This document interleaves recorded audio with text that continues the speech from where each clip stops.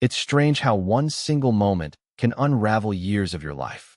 You go to bed thinking everything is fine, only to wake up and realize that nothing will ever be the same again. It wasn't a fight or some explosive revelation. There was no dramatic confrontation, no shouting matches. No, it was a text message. A simple, seemingly insignificant message, sent without warning, that set off a chain of events I could never have imagined. I don't even know why I checked my phone that morning. I should have just gotten ready for work, gone about my day. But there it was, the notification on my screen. A message from an unknown number. It wasn't unusual. Spam messages had become so common, I'd stopped caring. But for some reason, I opened it. "You're better off without her." The words hit me like a slap across the face. Who was this? What did it mean?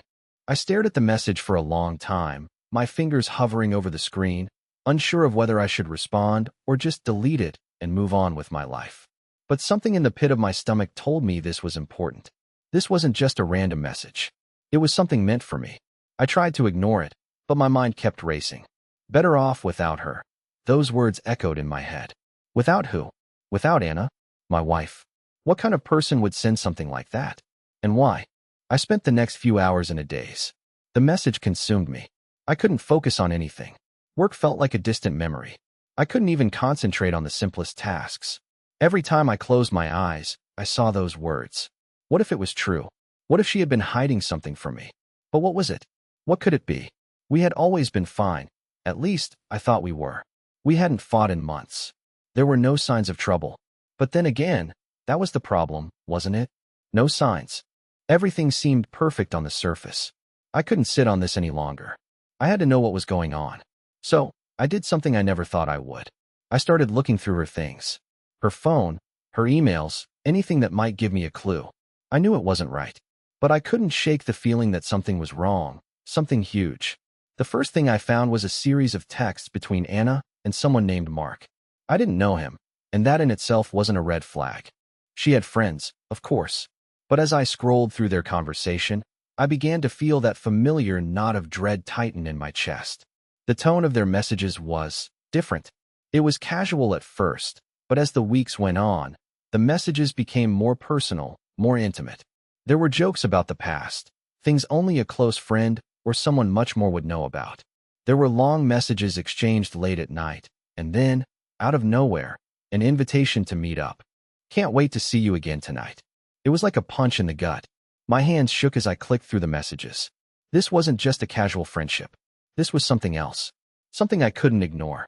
And the worst part was, I didn't even know how long it had been going on. The dates on the messages went back months. I stood there, staring at the phone, my mind scrambling to make sense of what I had just found. How had I not seen this?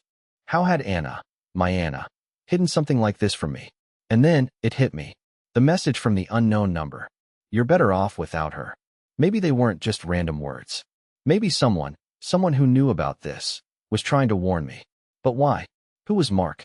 And how deep did this go? I didn't know what to do next. I should confront her, right? Ask her about Mark? But then I thought about how she'd react. What if she denied everything? What if this wasn't what it seemed? What if I was just paranoid, seeing things where there were none? I decided to wait. I wasn't going to jump to conclusions. But I also couldn't go on living a lie. That evening, when Anna got home from work, I watched her closely. She smiled, gave me a kiss on the cheek, and made dinner like she always did. But everything felt different now. Every little movement, every word she spoke, felt off. Like I was seeing her for the first time, but in a way I never wanted to see her. That's when she said it, almost casually, without any sense of guilt or awareness of what I had just discovered. "You know, I've been thinking about getting away for the weekend. Just for a few days. Maybe I'll go visit Mark." My heart stopped. Mark. Again. My mind raced. Was this her way of testing me?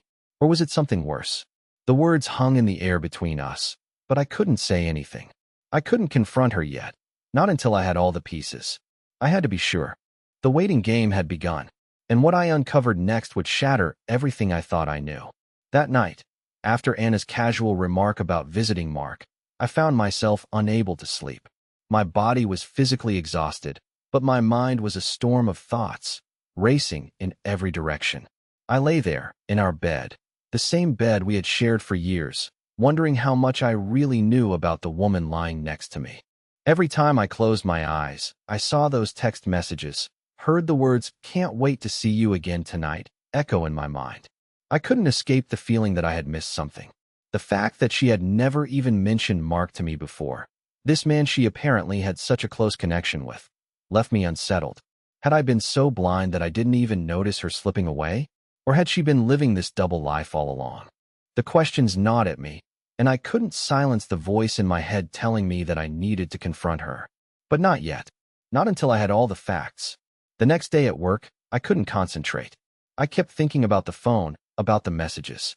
It was strange how easy it had been to access everything, yet the weight of what I had uncovered felt like it could break me. Anna had always been so careful. She had always been so loving, so present. I never saw this coming. I told myself I was overreacting, that maybe I had misunderstood the situation. But deep down, I knew I hadn't. The evidence was right in front of me. I decided to do something I should have done earlier. I went through Anna's belongings. This time, I wasn't just looking for messages.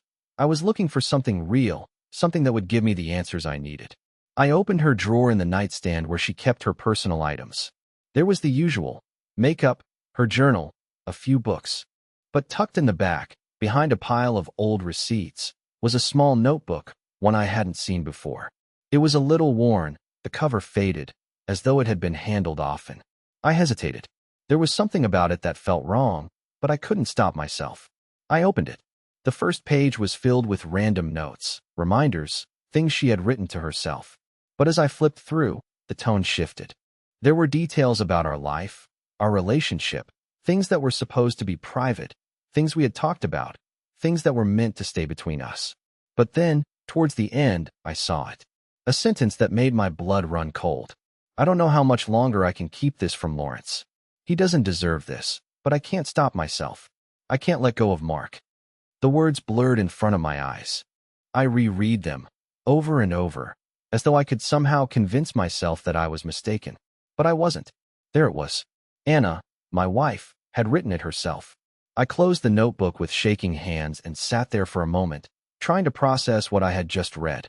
My stomach felt hollow, like I had just swallowed a rock. I had always believed that we were different, that we were stronger than this, that we could overcome anything. But now I realized how wrong I had been. Anna hadn't just been distant. She had been hiding a part of herself from me, a part that I never knew existed. And Mark, this man who had been slowly but surely taking my place, had been part of it all along. The guilt started to set in. Why hadn't I noticed the signs earlier? Had I been so consumed by my own life, my own career, that I didn't see the cracks forming in our relationship? Had I pushed her away without even realizing it? I thought about the little things, the missed phone calls, the long hours she spent away from home, the way she had started spending more time with her friends than with me. But I had never questioned it, never pushed for answers. I was starting to realize that I had been living in a bubble, one that had now burst in the most painful way imaginable. But I couldn't just sit here and let it all fall apart. I needed to confront Anna, but not yet. Not until I had more answers. I couldn't risk making a mistake, jumping to conclusions. I needed to be sure of what I was dealing with. That evening, Anna came home late again, her excuse about a work dinner slipping off her tongue as if it were rehearsed. She looked the same, smiling, talking about her day, but I could see through it. I could see the cracks. She wasn't the woman I had married anymore. She was someone else entirely. I didn't say anything. I just watched her. Every word, every gesture, every movement felt like I was observing a stranger.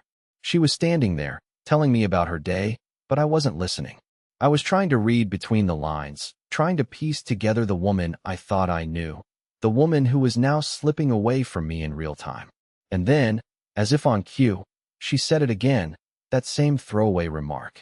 "I might go visit Mark this weekend," she said, like it was just another casual thing.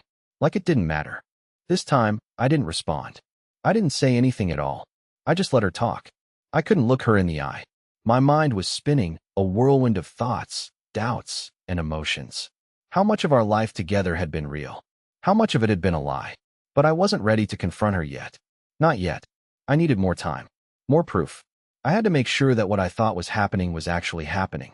Little did I know, The next step I took would lead me straight into the heart of the lie that Anna had been living, and the truth would be far darker than I could ever have imagined. It's funny how quickly everything can change.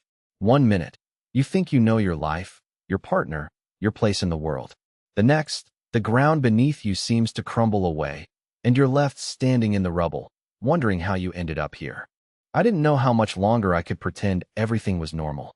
Every time Anna walked into the room, my heart would race. I couldn't look at her without feeling a pit of dread in my stomach. Every smile, every laugh, every casual word she said felt hollow. She wasn't the woman I married. She wasn't the woman I trusted.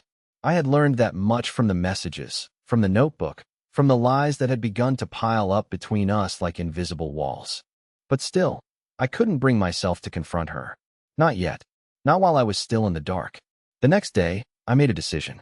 I wasn't going to wait around anymore, hoping for some magical revelation. I was going to find out everything. I was going to dive deeper into the truth, whether I liked what I found or not.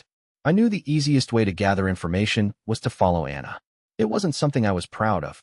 I wasn't the type to invade someone's privacy. But this wasn't just about curiosity or distrust anymore. It was about survival. I needed to understand the full extent of what was going on. That afternoon, I decided to follow her after work. It was nerve-wracking, every step of it. I told myself I wasn't being paranoid, that I had every right to know what was happening. I wasn't just some clueless husband. This was my life, my marriage, my future on the line. When Anna left the office, I followed her at a distance, trying to remain out of sight, trying to stay composed. She drove through the city, her car winding through traffic, until she pulled into a part of town I didn't recognize. My heart thudded in my chest as she parked outside a small, unmarked building. It looked like an office building or maybe an apartment complex, but there was nothing that stood out about it. Nothing that suggested anything out of the ordinary. She got out of the car and walked toward the entrance, her heels clicking on the pavement, her posture confident and casual. But something felt off. It wasn't just the fact that she was there. It was the way she looked. The way she moved, as if she had done this 100 times before. It felt like she was walking into another life, one that I wasn't supposed to see. I waited for what felt like an eternity, my mind racing with possibilities. What was she doing here? Who was she meeting? I wasn't sure I was ready for the answers, but I couldn't back out now. I had to know. When Anna finally returned to the car, she was no longer alone. A man was with her. Tall, dark-haired, with an easy smile and an air of familiarity. He leaned in close, too close, as they exchanged words before she got in the car. I couldn't hear what they said, but it didn't matter. The way they stood there, laughing, sharing an intimacy I hadn't seen in years, was enough. It was clear they knew each other well. My heart sank as I watched them drive off. It wasn't a business meeting. It wasn't anything innocent. The way they spoke to each other, the way they held eye contact, the way they shared that quiet, familiar moment, it was everything I had feared. And yet, I couldn't deny it. I had the proof now. I spent the rest of the evening in a haze. I couldn't shake the image of Anna with that man. I couldn't stop picturing them together, wondering how long this had been going on, how deep it ran. The thought of it gnawed at me, a constant weight on my chest, suffocating me with every breath. When she came home, everything was eerily normal. She smiled at me, kissed me on the cheek, and went about making dinner as though nothing had changed. But I could see it in her eyes.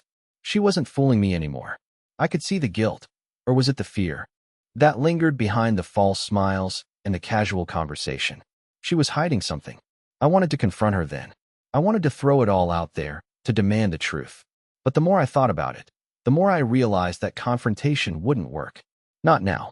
Not when I didn't have all the answers. I needed to be smarter. I needed to plan this carefully. The next morning, I was up before Anna, my mind already racing. I knew I couldn't just sit around and wait for her to confess. I had to make her come to me. I had to get her to confess without her even realizing that I knew what was really going on. I started paying attention to the small details, the things I had ignored before. The way Anna would get text messages late at night, her quick glances at her phone when she thought I wasn't looking. The way she would disappear for hours, giving me flimsy excuses about errands or work. All of it pointed to one thing. There was someone else in her life. Someone who wasn't me. So, I started asking questions. Small, innocuous questions that seemed harmless on the surface. How's work going? I'd ask, my voice casual, my tone friendly. But I could tell she was getting nervous. She started to avoid my questions, changing the subject or offering vague, non-answers. I could see the cracks beginning to show. She was starting to realize I was onto her. And that was when the real game began. The days dragged on, each one heavier than the last. I couldn't shake the images from my mind. Anna with that man, the way they interacted, the unspoken intimacy between them. It was like I was watching a different version of her, one I had never known. The Anna I thought I knew, the one I had married, was slipping through my fingers, replaced by someone I didn't recognize. I knew I had to act, but I also knew I had to be careful. I couldn't risk confronting her directly. Not yet. I needed more. I needed her to expose herself without realizing I was already onto her. I started paying even closer attention to the small details, the things I used to overlook. One night, as I sat at the kitchen table, scrolling through emails and pretending to work, I heard Anna talking on the phone in the other room. She was speaking softly, but I could hear her voice clearly enough to make out the tone. It was different from the way she spoke to me, softer, almost flirtatious. I paused, my pulse quickening. I couldn't hear everything, but what I did catch made my stomach twist. "I'll see you soon," she said, followed by a soft laugh, and then the sound of her clicking off the phone. That was it. My mind went into overdrive. I had no doubt now that something was going on. I had to know who it was, and I had to know when. I needed proof, real proof, something I could confront her with. But how could I get it without risking her suspicion? The next morning, I decided to change my approach. I knew Anna's routine by now. Every morning, she'd leave for work at 8 a.m. sharp, always the same. But today, I wasn't going to follow her.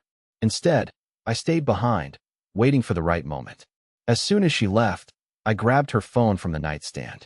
I knew it wasn't right, but I had to know. I unlocked it with the code she always used, her birthday. It wasn't a difficult guess, and the phone opened without hesitation. I wasn't looking for just one thing, but everything. I searched through her messages, her emails, and then I found it. A thread of messages between Anna and a number I didn't recognize. The messages were innocuous at first, the kind of friendly exchanges you'd expect between colleagues or friends. But then, as the conversation progressed, it became clear they weren't just friends.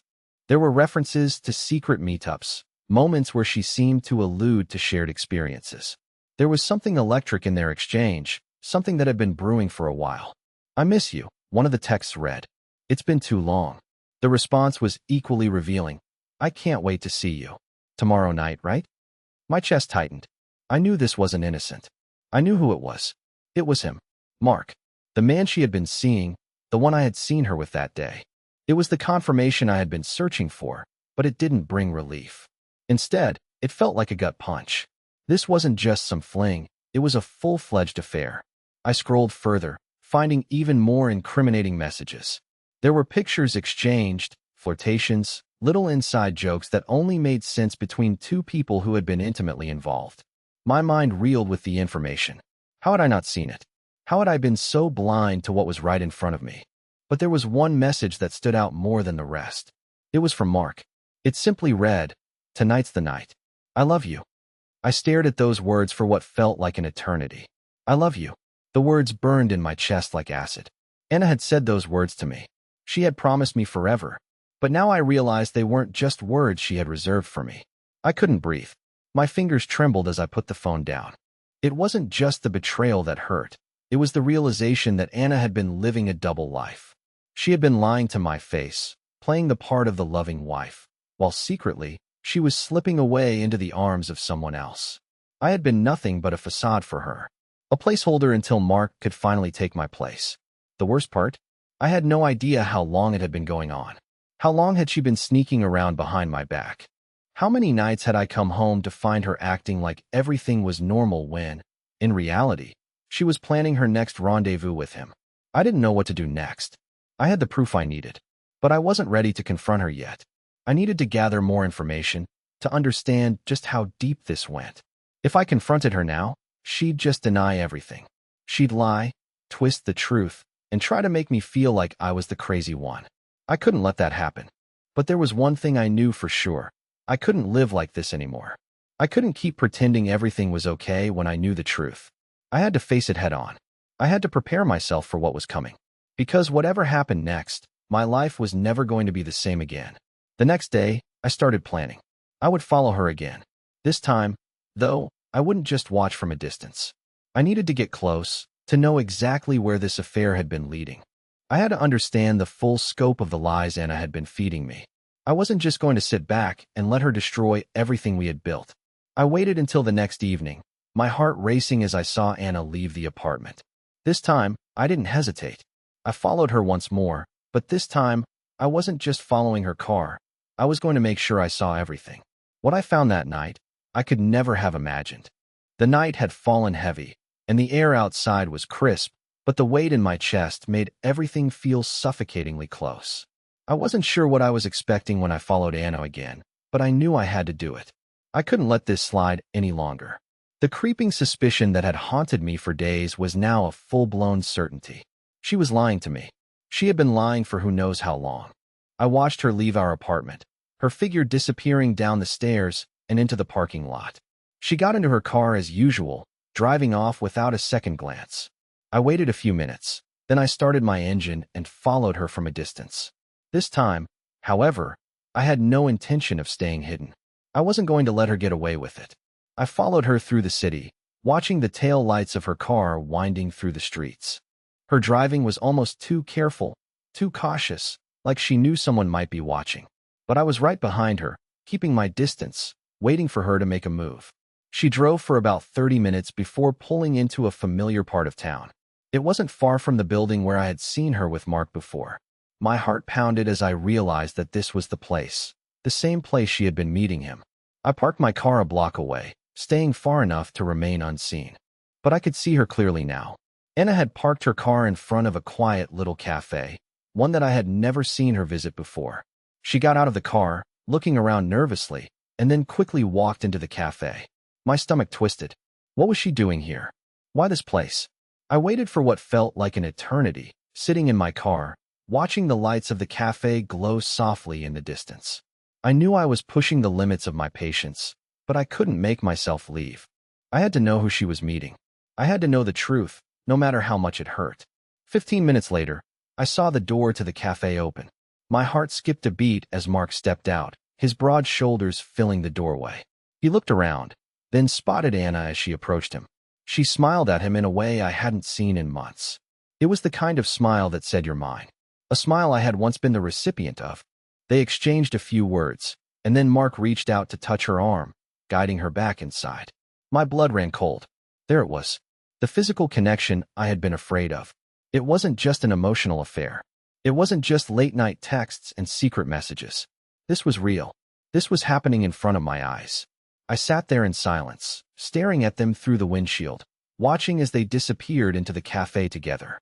Every part of me screamed to run inside and confront them, to shout at them, to make them admit what they were doing. But I didn't move. I just sat there, frozen, knowing that this was the moment where my life changed forever. What had I been waiting for? A sign? Some kind of proof that I wasn't imagining things. But now I had it. It was right there, undeniable. Anna was with him. She had been with him for longer than I cared to admit. And in this moment, I realized that everything I thought I knew about my life, about my marriage, was a lie. I sat in that car for what felt like hours, watching the cafe, but they didn't come out. Eventually, I gave up and started to drive home, my mind numb. The world outside seemed unreal, like I was floating in some alternate reality where none of this made sense. But as I drove, I realized something that hit me harder than any of the revelations that had come before. This wasn't just about Anna. It wasn't just about her affair. This was about me, too. The man I had become. The person I had allowed myself to be in this marriage. Was I just a passive observer in my own life? Had I been so absorbed in my work, in my own comfort, that I allowed this to happen? The question haunted me as I walked through the front door of the apartment. I didn't know what to do. I didn't know how to feel. Part of me wanted to lash out, to throw it all in her face, but another part of me felt defeated. I had nothing left to say to her. The truth was out there now, and there was no going back. When I opened the door, Anna was sitting on the couch, watching TV, as if nothing had changed. She looked up at me with that same familiar smile, the one that used to make me feel at home. But now it only felt hollow. Fake. Hey, she said casually, like everything was fine. How was your day? I didn't answer immediately. I stood in the doorway, my hands gripping the edge of the doorframe as I fought to steady myself. She had no idea I knew. She had no idea that I had watched her, that I had followed her, that I had seen it with my own eyes. But the problem was, I didn't know how to pretend anymore. I couldn't act like I didn't know what was going on. Anna, I said quietly, my voice low but steady. I know. She froze, her smile faltering. For a moment, she didn't speak. The air between us grew heavy, thick with tension. I took a step forward, my pulse racing. I know about Mark. I continued, my voice barely above a whisper. I saw you with him. I followed you tonight. Her eyes widened for just a fraction of a second, but she quickly regained her composure. She put the remote down on the couch and turned to face me, her expression carefully blank. You don't know what you're talking about, she said, her tone defensive but controlled. This is all just a misunderstanding. I felt the anger rise within me, but I fought to keep it in check. I had to keep my head. I couldn't let her manipulate me. Not anymore. No, Anna. I saw you. I watched you with him. I saw you touch him, smile at him. Don't try to lie your way out of this. My words were calm, but they felt like a weight lifting off my chest. She stood up, but instead of anger, I saw something else. Guilt. Real, palpable guilt. It was like she was caught between a wall and a hard place, trying to figure out what to say next. I'm sorry, she said, her voice barely audible. I never meant for it to go this far, but I didn't know how to tell you. I didn't know how to stop. I felt a knot form in my stomach. She didn't even try to deny it. She just apologized. And in that moment, I knew that I had already lost her. The words hung in the air between us, thick with unspoken emotions. For a moment, it felt like time had stopped. I had expected a fight, an argument, a whirlwind of excuses and denials. But what I got instead was an apology. A simple, quiet apology that felt more like a confession. Anna's eyes were downcast, her shoulders slumped. She was waiting for me to react, to say something, anything. But I couldn't. I didn't know what to say. I never meant to hurt you, Lawrence, she whispered, her voice barely audible. I got lost. I don't know when things changed. But they did, and I didn't know how to come back from it. I stood there numb. I didn't know what I was feeling, rage, sadness, betrayal, or all of it combined. It was like my brain couldn't process the fact that the woman I had loved, the woman I had trusted for years, had been hiding this from me. It was all a lie. And the worst part was, I didn't even see it coming. How could I have been so blind? You didn't know how to come back? I echoed, my voice low, almost hollow. You didn't think about us? About our marriage? Did I even matter to you at all? Anna opened her mouth to speak, but nothing came out. She was trying to find the right words, but I could see it in her eyes. She knew she had crossed a line, and she knew that there was no easy way to fix this. I never meant for it to go this far, she said again, her voice trembling slightly. It started so innocently, and I don't even know when it changed, when I started needing him more than I needed you. But I do love him, Lawrence. I do. The confession hit me harder than any argument ever could. She didn't just cheat on me. She had fallen in love with someone else. And she wasn't even sorry enough to hide it. She was confessing it with a kind of resignation, as if she had already accepted the end of our relationship, as if I was just a casualty of her choices. My chest tightened, and for a moment, I thought I might suffocate from the weight of it all. I opened my mouth, but nothing came out. My mind was spinning. I wanted to scream, to shout, to tell her how much she had destroyed me, but I couldn't find the words. How do you react to something like this? How do you even begin to process the fact that the person you trusted more than anyone else in the world has chosen someone else? Anna took a step forward, her hands trembling. Please, Lawrence, she said softly. I don't want to lose you. I never wanted this. But I can't pretend anymore. I can't keep living a lie. A lie. The word stung more than anything. This entire time, I had been living in a world of lies. And now, I was standing face to face with the wreckage of it. But what could I do? Could I forgive her? Could I even look at her the same way again? Could I rebuild a life with someone who had betrayed me so completely? I don't know what to say to you, Anna, I said finally, my voice breaking. You've taken everything. You've taken my trust, my faith in you, everything we built together, and thrown it away for someone else. I could feel the anger bubbling up now, rising from the pit of my stomach.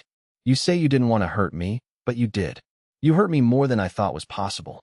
You've destroyed everything." I turned away from her then, pacing the living room, my mind racing. I needed to think.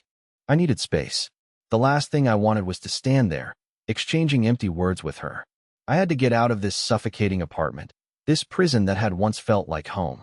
"I can't be here right now," I muttered, grabbing my jacket off the back of the chair. I heard Anna's footsteps behind me, but I didn't turn around. I couldn't look at her. Not after everything she had just said. "Lawrence, wait," she started, but her voice cracked. I could hear the desperation in her tone, but it was too late. I was already out the door. I stepped into the cold night air, the sharp wind biting at my skin, but it didn't matter. I needed to clear my head. I needed to breathe. I had to get away from her, from the life we had built together, because it felt like it had all been an illusion. I didn't know where I was going. I just knew I needed to be somewhere else. Anywhere but there. I walked aimlessly through the streets, my mind a blur of rage and heartbreak. The anger I had felt earlier was still there, but now, it was mixed with something else, something I couldn't name. I felt betrayed. But more than that, I felt empty. Like a part of me had just been ripped out, and I didn't know how to fill the void.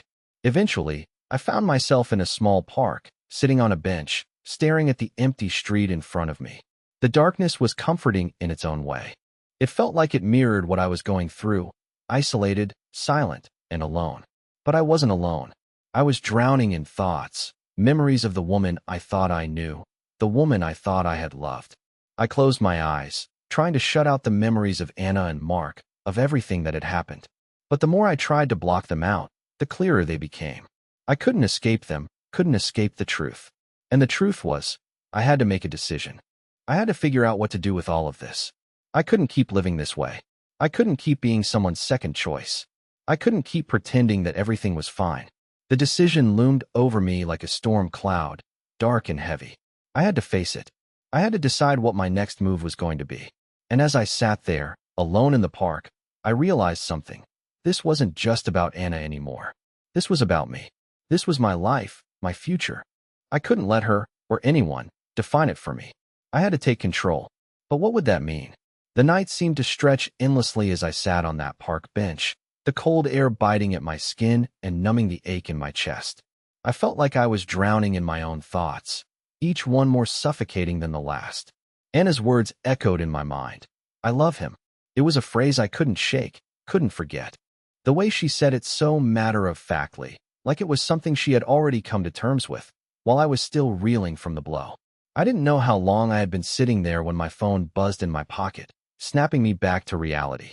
The screen lit up with a message from Anna. "Lawrence, please come home. We need to talk." My heart sank as I stared at the words, but something inside me told me I couldn't go back. Not yet. I couldn't go back to pretending. I couldn't go back to being the person I was before I knew the truth.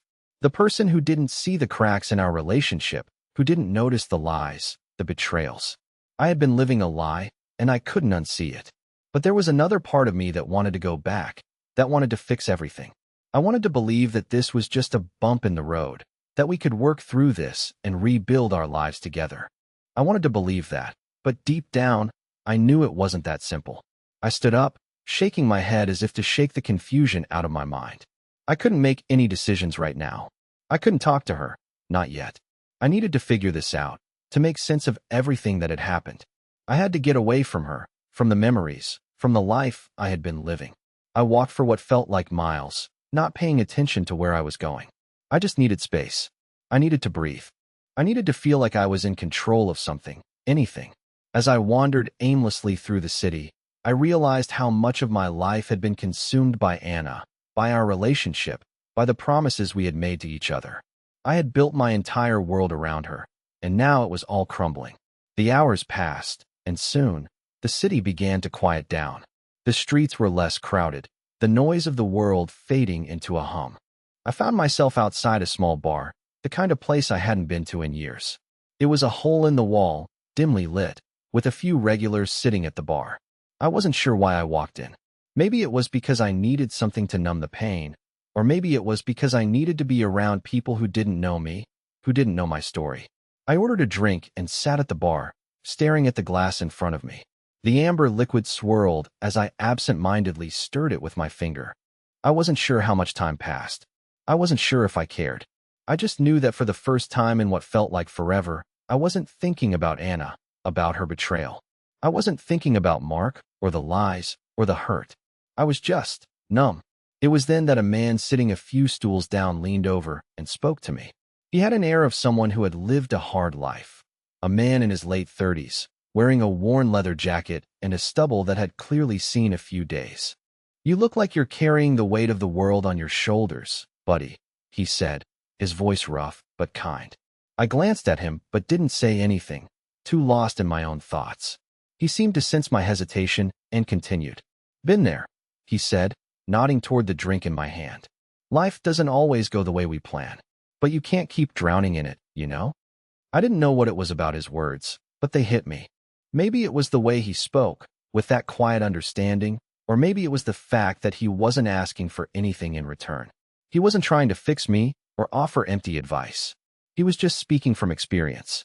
"I'm not sure how to get out of this," I muttered, my voice barely above a whisper. The man took a long sip of his drink, then set it down slowly. "You're already starting to. Sometimes, just walking away from it all is the first step. You can't change the past, but you can change what happens next. And trust me, there's always a next." For some reason, his words resonated with me more than I expected.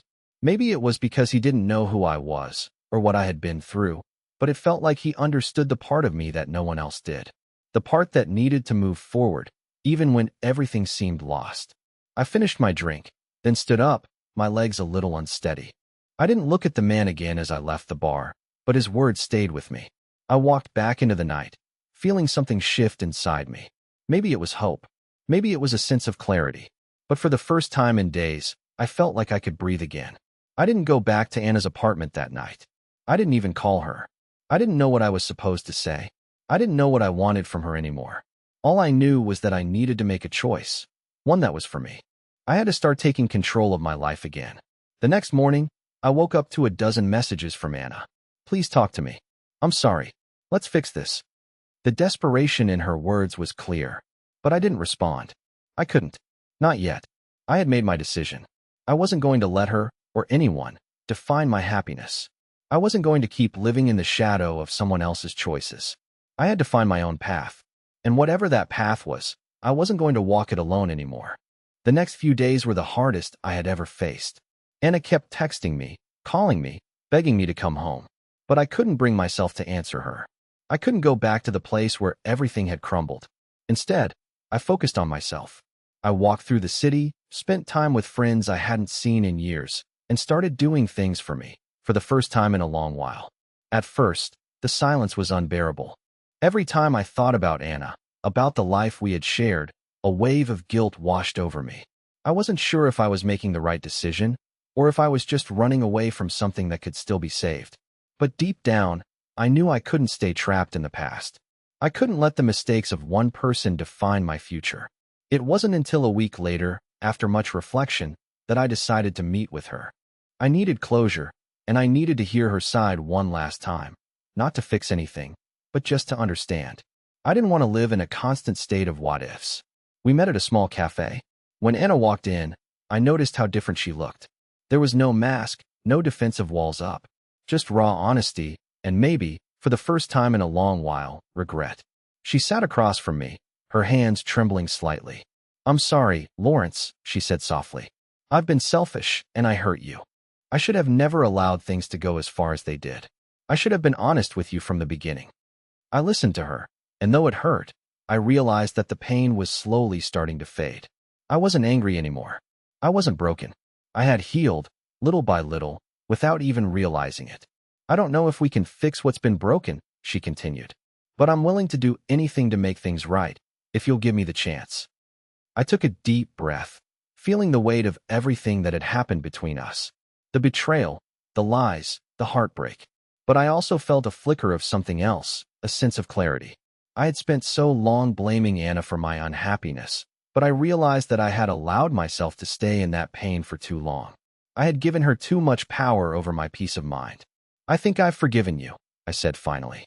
"But I don't know if I can go back to what we had. Not because I don't want to, but because I need to learn how to stand on my own first. I need to be whole. Lawrence, before I can give myself to anyone else again. Her eyes filled with tears, but they weren't tears of guilt or sorrow. They were tears of relief. For the first time, I saw Anna not as my wife, but as a person on her own journey, just like me. "I understand," she whispered, "and I respect that." We sat in silence for a moment, just absorbing the weight of the conversation. The tension that had once felt suffocating had eased, and in its place, a sense of peace settled between us. It wasn't the happy ending I had once dreamed of, but it was enough. We parted ways that day, but something had changed in me. I was no longer bound by the need for closure, for an apology, or for a perfect resolution. I had accepted the truth, not only about Anna and our relationship, but about myself. The pain didn't define me anymore. As time passed, I moved on. It wasn't easy, and it wasn't without its challenges, but I found new strength in the moments of solitude. I took up things I had long forgotten, writing, hiking, even traveling. I found joy in the small things again, things I had once ignored, thinking that happiness was something to chase when, in reality, it was already within me. And then, one day, I met someone new. It wasn't the spark of an instant connection, but a steady, comforting feeling of companionship. We laughed, we talked, and with time, I found myself genuinely smiling again. She didn't try to fix me. She just accepted me, flaws and all, and in her presence, I didn't feel the weight of the past anymore. I'd learned that happiness wasn't something someone else could give you. It was something you built within yourself. It wasn't about finding someone to complete you. It was about becoming whole on your own. And when that happened, when you truly embraced your own worth, the right person would come along. And so, as I looked ahead, I knew that life wasn't perfect, but it was mine. And that was enough. The end of one chapter, and the beginning of another. This time, I was writing it myself.